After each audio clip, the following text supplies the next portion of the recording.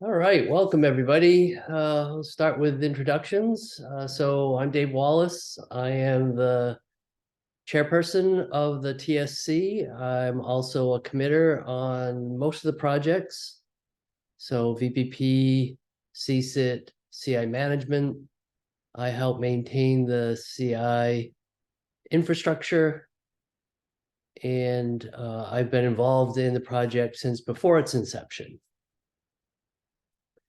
So welcome Shashidhar and Samir, and forgive me if I'm mispronouncing your name. Why don't you do a brief introduction, and then I will manage the slides, and you guys can take it from there. Good. Go ahead, Shashi.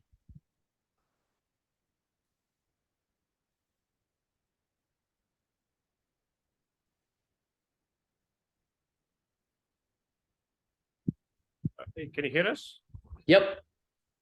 Okay. Hey, my name is Samir. I'm a distinguished engineer at Cisco. So looking at most of the system related stuff and also working on the SONiC VPP side of things. So I'm not sure if Shashi is on the call yet. Shashi, you there? He's there. I don't see. Okay, sorry, it was muted. I'm sorry. Okay, go ahead with the introduction and let's start. I hope you can hear me. Yep. Yeah, we can. Okay, so my name is Shashidhar Patil. I work in the Cisco systems as a technical leader, and I'm working on the SONiC VPP design and implementation, and I'm based in India. Okay, welcome. Thank you, Deb. All right, so let's go for the next slide. Okay, we'll directly jump to the SONiC VPP. Let's start with this. Okay. SONiC VPP is a software-driven forwarding engine, VPP, being integrated into the SONiC network OS, and that's the content of this presentation. And SONiC is the control stack or the network OS, which is being developed by Microsoft, and it's open source. It is based on Linux. Okay, and it mostly runs on the hardware switches in the Azure network, and that's where it was primarily designed for. And the SAI API and the Redis are the fundamental components of SONiC. SAI being the foundation API for managing, configuring the forwarding engine. The forwarding engine can be a hardware or a software data path, like a virtual switch or a VPP. And that's where the SAI API is used to send across the network configuration objects to the data path. The Redis acts like a DB for storing the configuration, managing the configuration, storing the statistics, things like that. SONiC is mostly a community-driven project now, but it was primarily developed by Microsoft, and it's actively maintained, developed by various other vendors, OEMs, ODMs, etc. More details are in the wiki and the architecture documents of SONiC. Next slide. Hey, Dave, I have a question. So what's the format you want to have this? I mean, we have questions every slide, or you want to kind of run through the slides and we have questions at the end? Whichever works, either way is fine. We really just have the presentation and then questions for the agenda. So okay, we'll do that. Thanks. If folks have questions, that's fine, or we can hold them to the end, whichever. Okay. Okay. Yeah, I'm fine with either way. You can prompt me for a question. Okay, so why SONiC VPP? The SONiC currently has a virtual switch based implementation, right, for a software forwarding engine. and that lacks in terms of features and performance. So it's mostly developed for running testing the control plane applications now, and the data path is quite slow because it is implemented in user space, and multiple packet copies happen, and that makes it mostly unusable for any serious performance of switching or routing. And as we know, like VPP is performant and it's quite feature rich, and it is supported by the community, being developed and tested for a long time. And so VPP does fit right all the requirements for a high performance feature rich software forwarding engine. So use cases, primarily, the development, it can be used as a development vehicle, can be used as a virtual gateway, a cloud router, bunch of cloud routers, right? You can interconnect in any given cloud service provider, can act like a stateful services appliance or a router. Right now, it lacks stateful services. Still need to implement the IPsec NAT functionality on the SONiC VPP.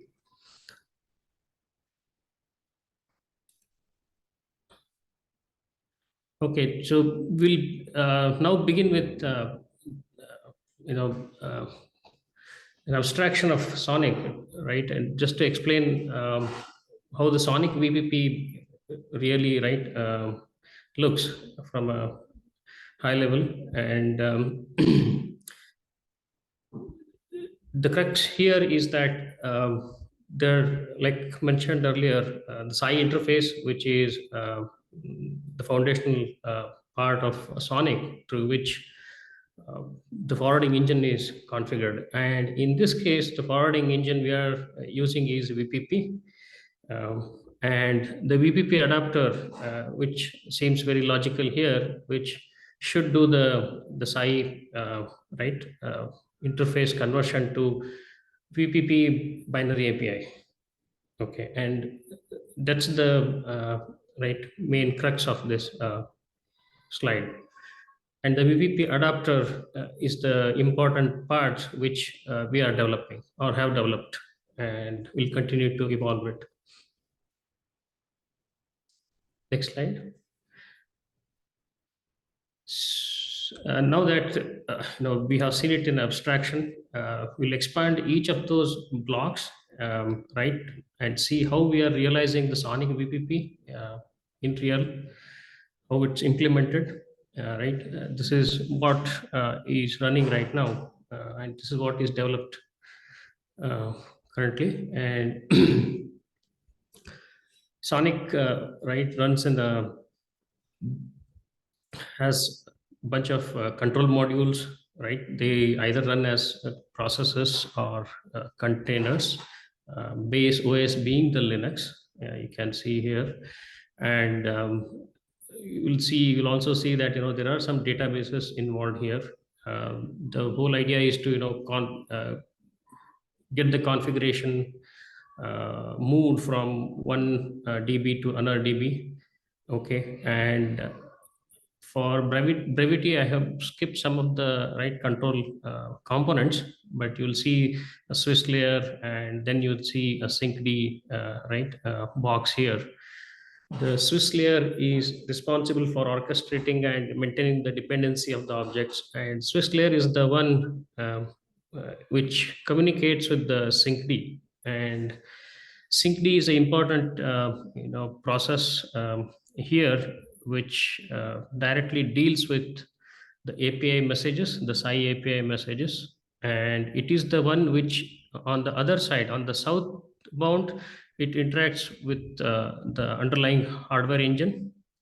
Okay, and the underlying hardware engine SDKs are plugged in, and in this case, right, the communication part here is libsci VPP, right? That's what we showed in the architecture, right, as a VPP adapter. and the Swiss layer only contacts with the syncd. Okay, and that's where right, the SAI API gets terminated, and beyond that the messages are converted, as you can see from the libSci VPP, to VPP API messages, and the connection between the syncd, which is libSci VPP, and the VPP is through the binary API socket. And VPP, I think, as you know, most of you are familiar with the VPP, that it gets provisioned through the API, and once it is provisioned, the data path becomes functional.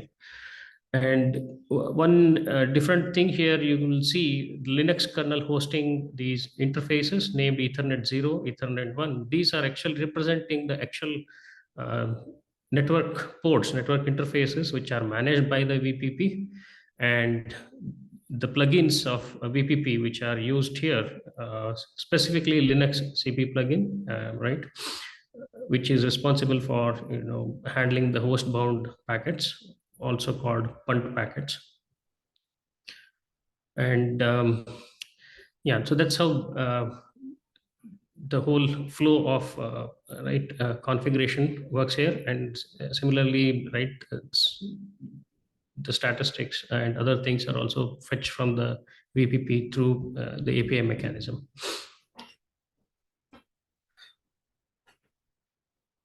Dave, next one.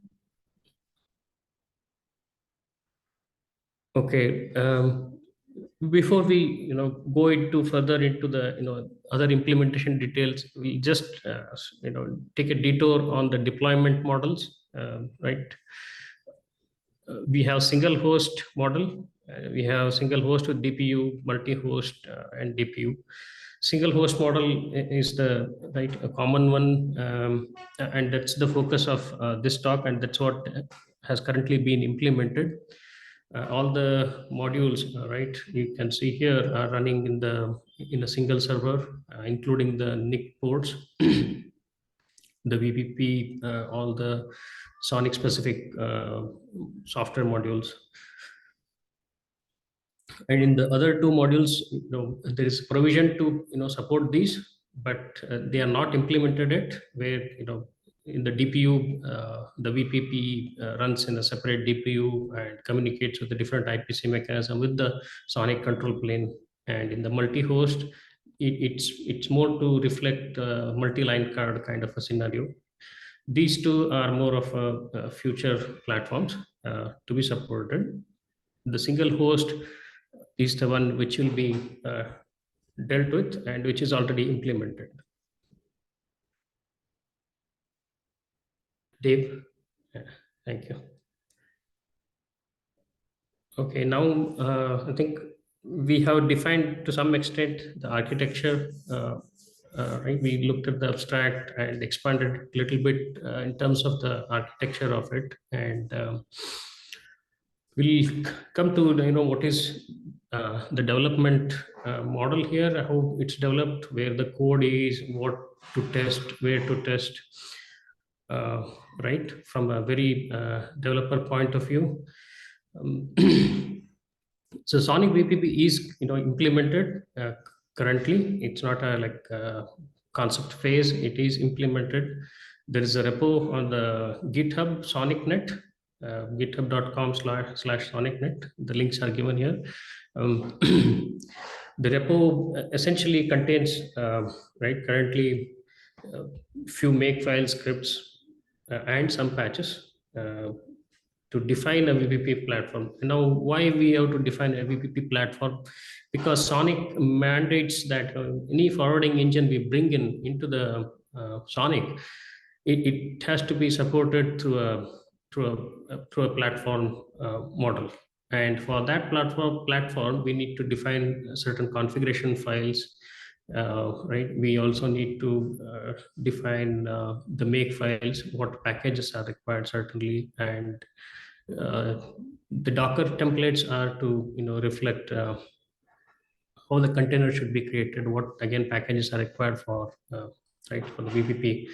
And in this specific case, since we are bringing in VPP data path, so we are bringing in VPP Debian package as is directly from the red net. It's a pre-built Debian package coming from the package cloud.io, right?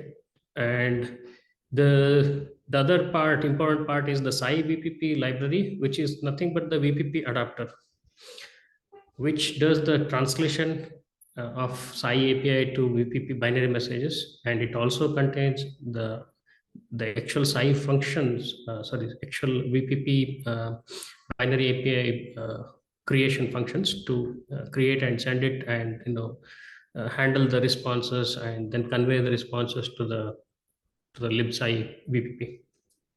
So that's what the implementation contains right now. And next, building is as simple as running make tool, right? Pull the code, run the make, and as part of the make, right, what we do is we also apply some patches dynamically by first doing a git clone of the SONiC build image, which is the SONiC main repo. It's like kind of a mothership repo, and after that we do the initialization of that repo, apply our patches on that SONiC main repo, and then initiate a build. And as part of the build, pre-built VPP package is downloaded and included as part of the build. And when we do eventually when we build the container, these packages right from the VPP are installed. Okay, and the first time when you build, it takes a significant amount of time because SONiC does download a lot of packages, and some of them it builds from the source. So it takes around 4 hours or 4.5 hours first time when you build, and in the process it also builds some base containers, right, which is time consuming. Once the image is built, the successive image builds are faster, takes like half an hour to 45 minutes, depending on your internet connectivity. The built SONiC images, right, are stored in repo directories /build blah blah target. And here, we have, it builds 2 images depending on how you ran the make. One is Docker SONiC VPP image, the other one is SONiC VPP IMZ image. Docker SONiC VPP is a single container image where all the network modules run as processes in a single container. It's very simple to test, easy to develop, debug, right? The SONiC VPP IMG ZZ on the other hand is a QEMU VM disk image, and it's a full operating system of SONiC Linux with all the Docker containers, and most of the network modules which mentioned earlier, right, the Swiss layer, syncd, they all run as separate containers, but they do share common network namespace, and that's how they can communicate with each other. And that's about how the build works. And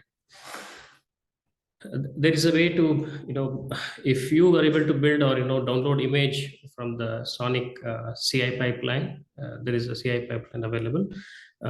You can test a simple container image by just loading it and creating virtual interfaces, and pass that interface to a helper script called start_sonic.vpp.sh, and that's it.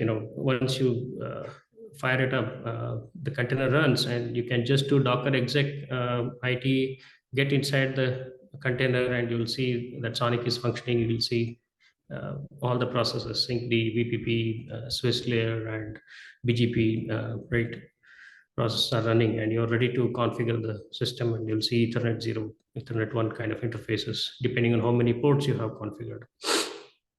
And related configurations, right, on how to use VM are given in the docs directory of the repo. Dave, can we go to the next one? Okay, so that's the, I think, development point of view. When we have something developed, or a feature developed, or an issue fixed, what do we do? And the SONiC also community, right, mandates that we have to run the CI pipeline for building the images and for doing sanity tests, right? And right now we only support the CI pipeline for building. We are working on integrating two sets of test cases here, or test frameworks: basic sanity on the images built, which does simple routing, interface configuration, routing protocols. Okay, and the second one, which SONiC mandates, is the SONiC PTF. The SONiC PTF is a framework which is maintained in SONiC MGMT repo, and it essentially has test cases running for various topologies: T0, T1, T2. And in this specific case, we are planning to implement T0, T1 to begin with. T0 mostly consists of switching related test cases. T1 has routing and higher level, right, features. These will be implemented soon into the SONiC VPP.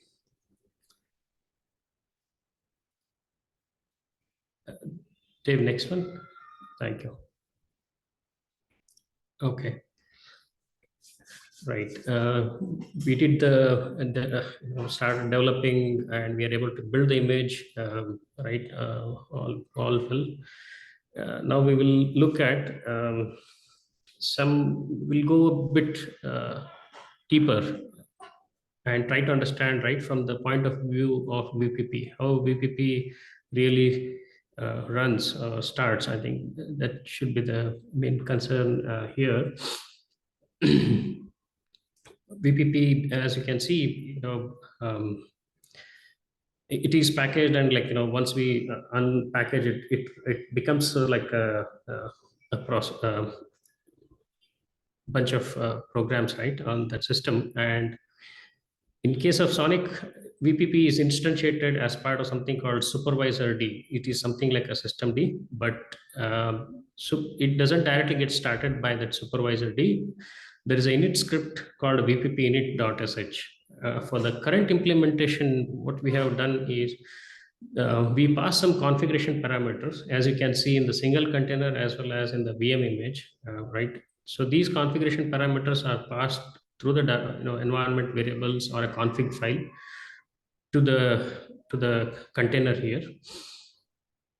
And VPP init.sh on the fly generates a startup configuration using a template. It basically populates these configuration variable values into that template and creates a new startup configuration file. And VPP in turn passes the startup conf file to the VPP process when it gets invoked.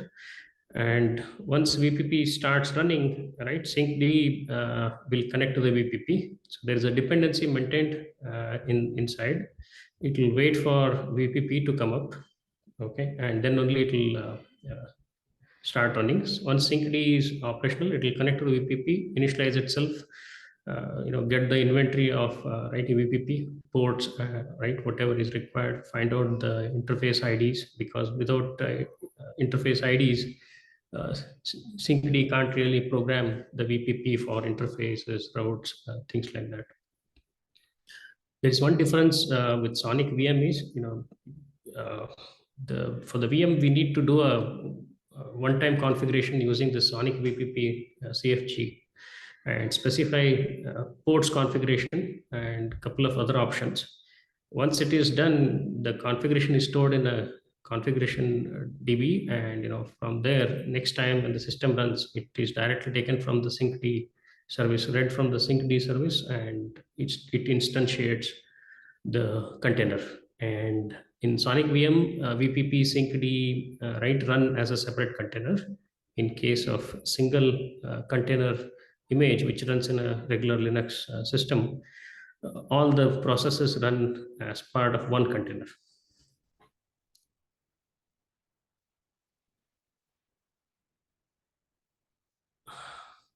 Okay.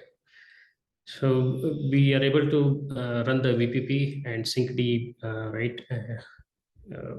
So we will go again, like, one step further to understand how the control plane interactions happen. Syncd, as mentioned earlier, it connects to VPP once it is up, and syncd is the one which terminates, as we said earlier, right? The SAI API, and translates that into the VPP binary messages. And since syncd and VPP are in the same container, right, sharing the same namespace, so they are able to connect using the Unix socket.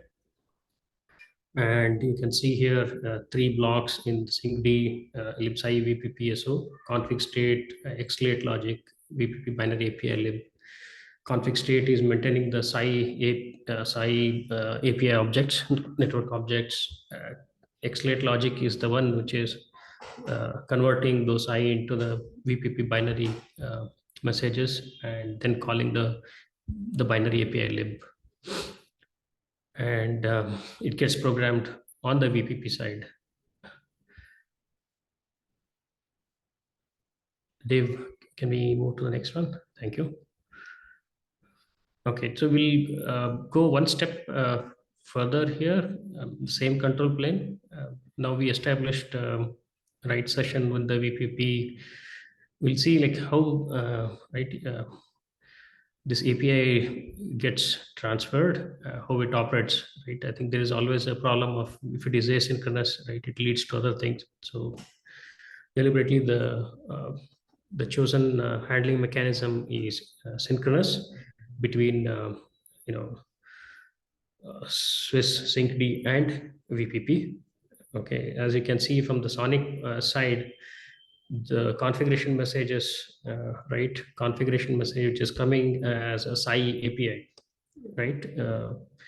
Gets sent to the syncd, right? And from syncd gets translated and reaches the VPP. VPP sends a response notification, succeeded or not, right? And this traverses all the way again to libsci VPP, from libsci VPP to syncd to Swiss layer. The Swiss layer, which is an orchestrator, will see if it is okay. The transaction went through fine. The configuration transaction had no problems. Then it will write it to the Redis, right? And when it writes it to Redis, that data is called ASIC-DB. Okay, and that's the truth. That's the truth, as in it reflects exactly what is configured on the forwarding engine. So if we see some configuration exists in the Redis Redis ASIC DB, it means it has been applied successfully, and we are rest assured that it is working. If there is an error, the error handling logic of Swiss is invoked. In this case, actually Swiss stops if there is an error.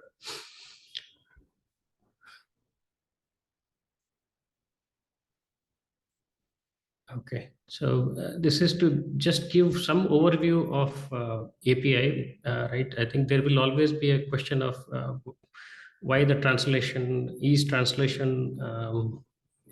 warranted. Is it complex, or is it a straightforward, static one-to-one mapping, right? This is to answer some of those questions. SAI, right, is actually modeled on the Redis DB operations, and SAI basically defines bunch of object types as in interface, routes, ECL. These are all object types, and on each object, like Redis does, like, it supports multiple CRUD operations: create, remove, bulk set, bulk get, and modify. I think the modify is something which I think is unusual, but it is supported here, where one specific attribute, right, can be updated, can be modified. Okay, and that's how the SAI operates. On the VPP side, for each object, message, for each network object type, for example, interface or route, there can be multiple API messages. I think approximately 1900 is what I saw in the recent right header file, and it is based on request reply, which is very much similar to the SONiC, but the conversion has to be done from the SI object.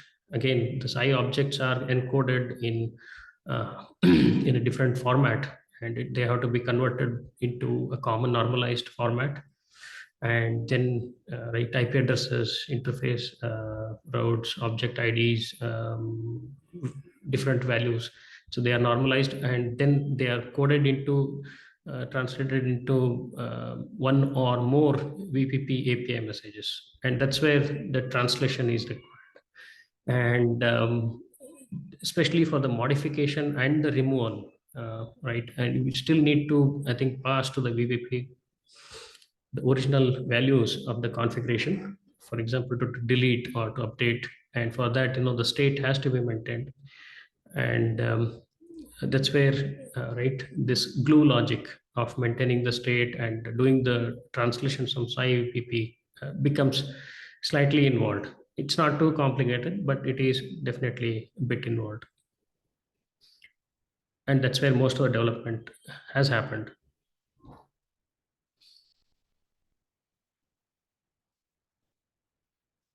This is just to showcase one example here. I just taken a very simple route entry. Create SI API comes up with this CRUD API create set is the modify operation I mentioned, the remove and the get, and corresponding to that we have VL API route add delete. Add del is a single API, and we need to pass whether it is a add operation or a del operation. In the modification, as of now, we need to do a del followed by add. Okay, and there are some confusions, but this works fine so far. Especially like when we are doing this multipath, I think del is required, right? And you need to first del and then do the add. If it is a single next hop change, it may or may not work. So I'm still figuring that out. Similarly, del is straightforward, but here we need to first find out the configuration parameters in the del. So you'll only get the object ID in case of SI API. So we check the state, right? Get the actual route entry stored in the SI VPP layer, and use that to do the del operation on the route. So that's how the translation works. Dave, can we go to the next one? Thank you. Okay, so we looked at the abstraction, architecture, control flow, the working of APIs, differences between how the APIs are handled, how control flow, configuration flow works, right? And now I think by this time, right, we need to assume that the VPP has been provisioned, interfaces, routes are configured. Now the question is how it looks operationally. Right, it looks very simple, and it's very straightforward. Host A wants to communicate with host B, right? We have defined two host subnets here. Sends a broadcast, ARP broadcast, and the broadcast is received at the NIC actually again broadcast it to all the VF functions. In this specific case, we have taken virtual functions which are actually derived from a SRIOV NIC port, because VPP does support, right, the VF functions. It does support virtual interfaces also. The VF right packet comes here, and the ARP reply comes is forwarded to the kernel by the Linux CP plugin. It may be slightly maybe incorrect here, because I think in the current behavior, the VPP itself reflects back the ARP reply. So ARP reply comes back, and host A knows the MAC address. So MAC address can directly now create a packet, unicast packet, and send it to host B. So that's the ARP flow. Dave, can we go to the next one? Yeah. right. So this is the important one, right? Basically, we call it punt path or host path, right? Where the applications are running in the Linux, right, network, right, using the TCP/IP sockets, BGP, LLDP, right, TeamD, right. So things like that, right, which may be listening on UDP, say SNMP listening on UDP, BGP on TCP socket. So the packets need to reach the host, and that is facilitated by the Linux CP plugin in the VPP. Right, Linux CP, we use it in a way that the Ethernet 0 corresponds to the VF1 function. That's how they are created. And the packet reaches here, it reaches on the VF1 because the MAC address has already been resolved as per the previous slide. And the CPE plugin knows about the VF1 to mapping to Ethernet 0. So it sends the packet to the Ethernet 0, sends as in it injects into the Linux kernel. Linux TCP/IP processing happens and figures out, yeah, there is a socket listening for this and delivers it to the socket. And BGP gets the packet, it replies back, and if you follow the numbers, the packet comes back on the Ethernet 0. Linux CP plugin again, intercepts this packet, figures out since it came on Ethernet 0, it knows that the corresponding MAC is VF1 and gets forwarded after routing and goes back to the source which initiated it. So that's how the host path works, and that makes the control protocols operational. And this is the important part too, because we just don't need control protocols. We just don't need the right resolution of MAC. We also need to do the useful work, which is forwarding the packets, switching the packets, running certain features. Since MAC has been resolved, the packets do reach NIC VF1, and here the routing figures out that it's not host bound, and so it does route lookup, finds out the next right interface. In the process, VPP also finds out if there are features to be applied depending on the graph, right, which is configured in the VPP. It applies that, and eventually the packet gets out on the VF2 as it was intended. So this is flow traffic, and this slide is more to put together all of it, right, and explain one simple IP route interface configuration, right, and show what all components are there in SONiC and the VPP and the kernel, right? So they're all together, and we'll see, right, briefly how it all works. So if I do interface configuration, the interface configuration is done through interface manager D, and the configuration gets again right, a sync to the Swiss layer.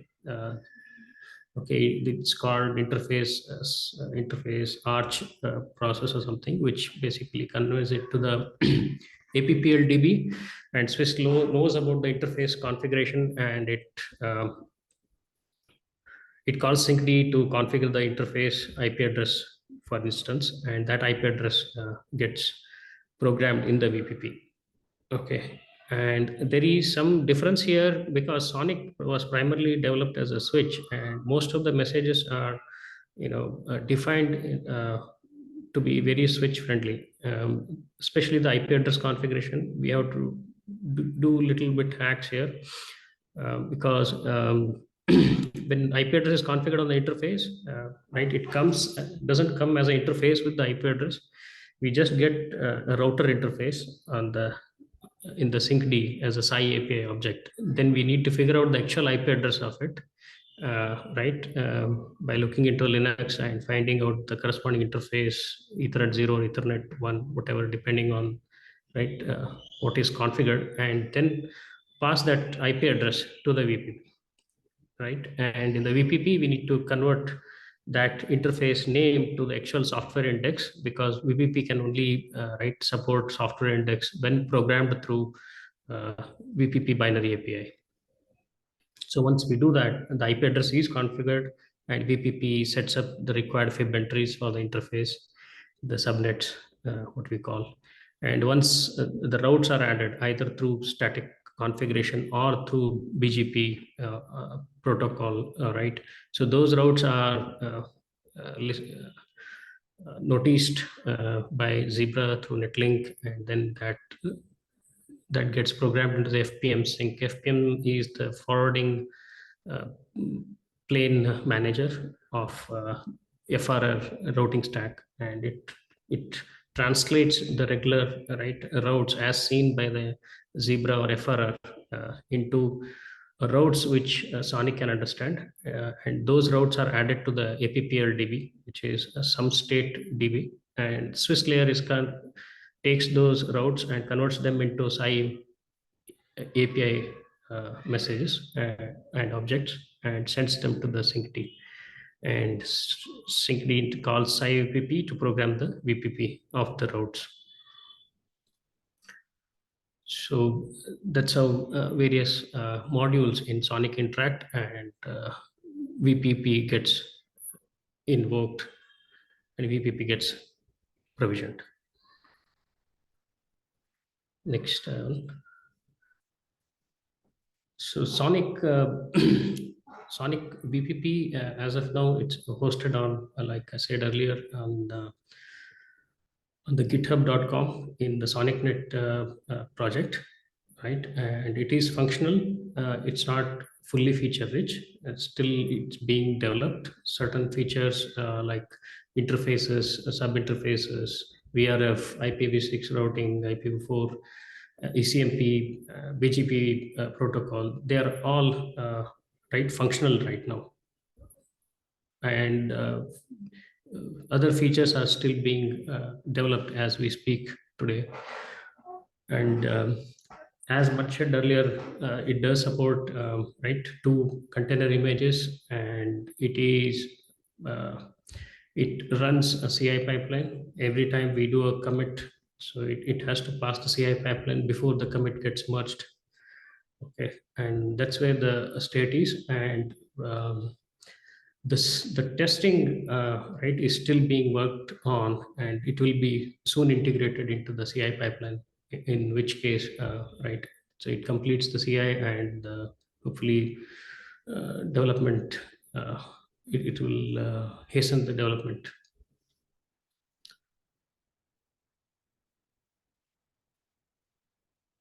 I think we have come to the last slide here, roadmap.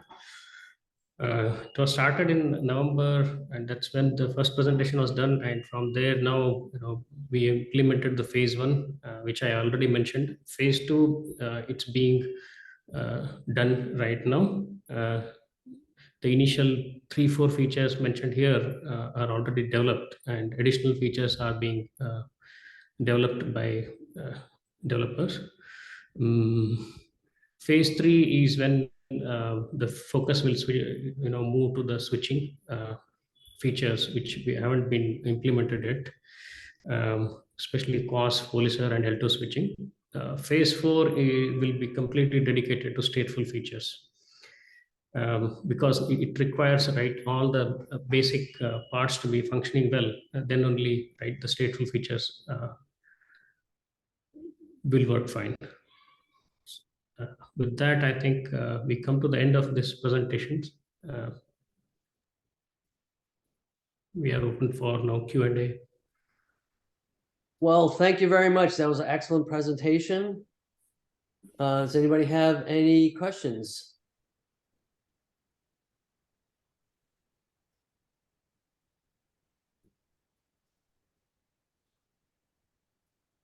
So I actually have a couple of questions. Sure, Dave. The first being the consumption of VPP from Package Cloud. Are you pulling those from the release Package Cloud Fido release repo, or yes? Are you? Yeah. Okay.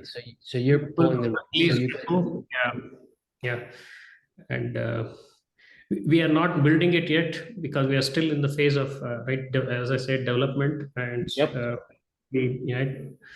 we'll change that strategy a bit. Yes. Yeah, we have some consumers of those, the primary consumer of package cloud, the branch specific repos in there are really CSIT. Okay. There's not really a guarantee that those are all going to work all the time, but the release ones are pretty much. So that's a good place to start if you're not building. What we find is that most consumers start there, and that's really kind of what it's intended to do, is to give new folks a means of getting started and getting things done. But usually what we find is people either add their own plugins, or they, for one reason or another, they decide to build locally and patch, apply local patches before they've been upstreamed. I mean, this is very typical. We do this in VPP with the DPDK. So if there's a DPDK bug that we find and we fix, we'll add that to our, a patch to our repo. So when we pull DPDK and build the DPDK plugin, we add our patch, and then we upstream the patch, and we'll remove the patch when, whenever the next DPDK version includes the code we need fixed. So that's very typical. So,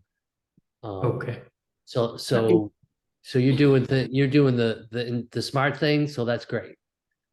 Okay, and we are also following the release process, as in I keep a close tab on which are the latest releases, so that we get the bug fixes also from the package load.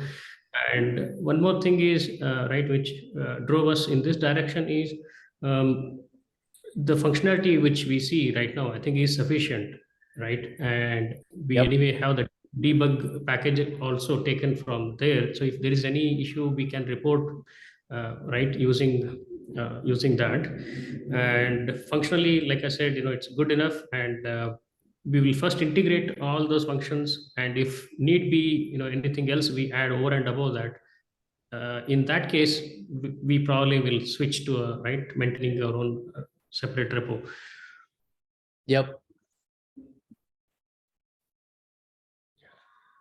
Yeah, and there's multiple ways to do that. So if and when you get to that point, we can have a discussion and try to set something up so that it's most convenient and is, most importantly, is concise and doesn't ripple breakages downstream. Sure. Right.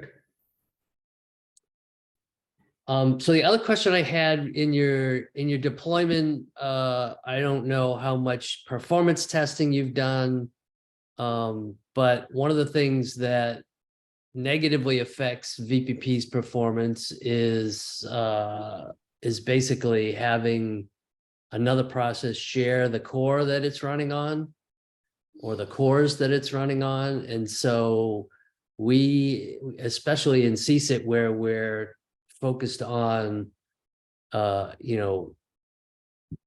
providing very consistent results and trying to measure results precisely.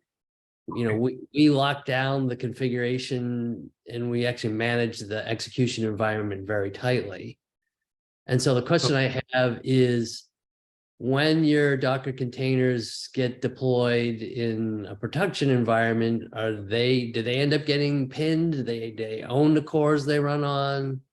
So, Dave, yeah, I can answer that, right? So it depends on the context in which it gets deployed. So we have a slew of requirements, or at least people have been kind of starting from people wanting anything. Anybody who wants a performance obviously is going to pin that based on whatever sockets they have and whatnot. So that goes without saying. But there are other cases which are not necessarily performance specific, but they're very keen on high density packing of these containers, especially when somebody's actually testing their SDN controllers, where they have probably thousands of these instances of running. They would like to pack as many of those SONiC VPP on a single server so that they can kind of cut down their server footprint and actually test their SDN controllers to scale. Right, their performance is not critical, so they would be happy with a modest performance. So pinning may not necessarily make sense. So we have a spectrum of use cases. It depends on the context in which it gets. If somebody wants to deploy it as, let's say, a virtual gateway or an edge router, yes, performance probably matters. Yep. To whatever they're looking at. So yeah, all the spinnings and huge pages, all that stuff comes into play there. And there And is then a provision. Go ahead. Go ahead, Raju. So Yeah. the configuration side is also something that we need to actively investigate. Basically, okay, how do you basically hook this up with all these GNMI, all that kind of stuff, so that they get pushed via that route. Today we have a hacky way of kind of specifying. I mean, if I were to really specify my pinning, huge pages, and if you look at the startup.conf syntax and semantics that VP has, it's pretty rich. So how do you really automate that stuff? If I have a state controller, this model is not very scalable. So those are the kind of things that we really look at once you start having some reasonable deployments. Right. And been there, done that, working on VPP even before it was open source. We had some products we worked on that struggled with the whole VPP, setting up the execution environment. There's a bit of a dance that needs to be done with the state of the VPP configuration that's passed at startup, and then what you do dynamically and all the rest of that. And if anything, that's an area where, VPP is certainly lacking in automated testing. So we don't really test that very well. And personally, my background has been more in the control plane side of the world than the data plane side of the world. And so I'm very familiar with what you're building in your adapter layer. And it is extremely challenging, and so we can have a conversation offline about that. So back to your performance day, right? So I talked about the data plane performance. One thing we haven't done a good job. We haven't done any performance characterization. And the thing that I think we need to really look at is things like route convergence. So we're kind of marrying two big open source projects, and we're trying to basically live with what we can. So I can't change SIAM fundamentally, nor can I change VPP. So the question comes down to is, if you come up with a router or a stateful service, what kind of convergence are you really going to get? It's a function. The adapter layer can only do so much. So those are the kind of things which are kind of open questions at this point. We'll Absolutely. First part of it, and I don't know what is instilled there yet. Well, so this brings forward my aspirational goal for open source is to, the session we had yesterday with the Strong folks, there's two teams that independently have developed a Strong plugin, and I've started a conversation because what is lacking right now in the open source land, we do a really good job in FIDO doing functional testing and performance testing of VPP, but we don't extend that into actual multi-project use cases. So, VPP is embedded in Calico. So there's some testing there, but it all kind of lives in Calico. And with Strong, we have licensing issues. So we need to find a space that's independent. And then of course, there's always the question of where does, who owns the hardware running on, and how controlled is that? And, how does that affect our, especially when we're doing scaling testing and performance testing, all that stuff makes a difference. And I'm right now trying to drive that into our ecosystem to try to set up a space or to set up a model of how we do use case specific integration testing between open source projects.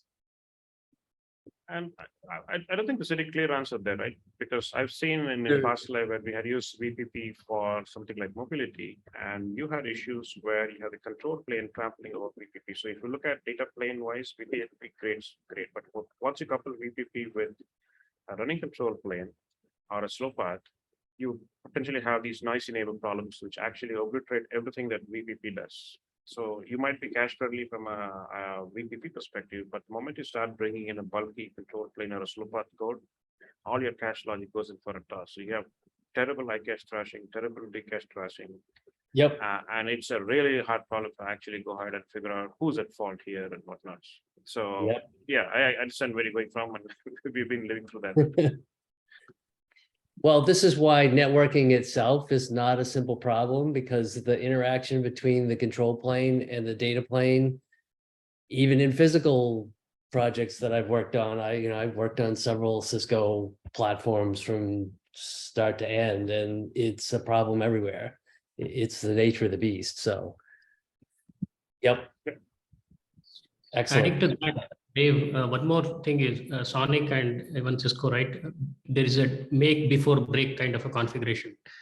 Okay, I'm still figuring out the VPP side. When I say make before break, I was seeing this recently. A single route exists, and then we move to a ECMP, right? Two or Yep.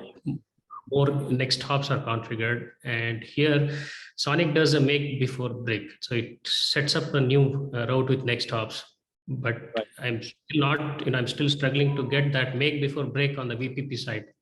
Yep. So right now it's a del followed by add. Right, which is a break before make, which on you. Exactly, it's breaking, and I think there will be a gap of, right? There's a gap between route missing or traffic drop happening. Right, so these are the types of things that we need to investigate, how to add automated testing. And, I'm dealing with another bug right now that's just, control plane's not working right, and, the control plane interface has a bug in it, and, how do we go test that? And, again, the control plane interface is lacking in testing. We're aware of that and working on that, and so we welcome your experience and help direct us and raise priorities and all the rest of that good stuff. So, let's continue to work together on that. We've got 2 minutes left. Just time check here. Does anybody else have any other questions before us routing nerds spend the next hour chatting about our Hey, Maciek, no questions from you, Maciek. Well, only an encouragement. Hi, Samir, and everyone. I think the fast convergence part for routing, we had an aspiration to do it for a while in FDIO SysIT. So interested to follow up with you. Sorry, I joined a bit late. And on the other comment that was made about make before break, from what I understand, we do have a hierarchical FIP implementation within VPP for MPLS, IPv4, and IPv6. So hierarchical FIP is there with the indirections. So I think adding routes in a sort of make before break shouldn't be a problem, he says, but it would require looking at the hierarchical FIP, so FIP path. So let's, I think Dave, you're into connection, so let's follow up on that. Yep. I think these are the things that we care about. One more comment about the cache thrashing with control plane. I think that's something that we would also like to, we have an aspiration to address.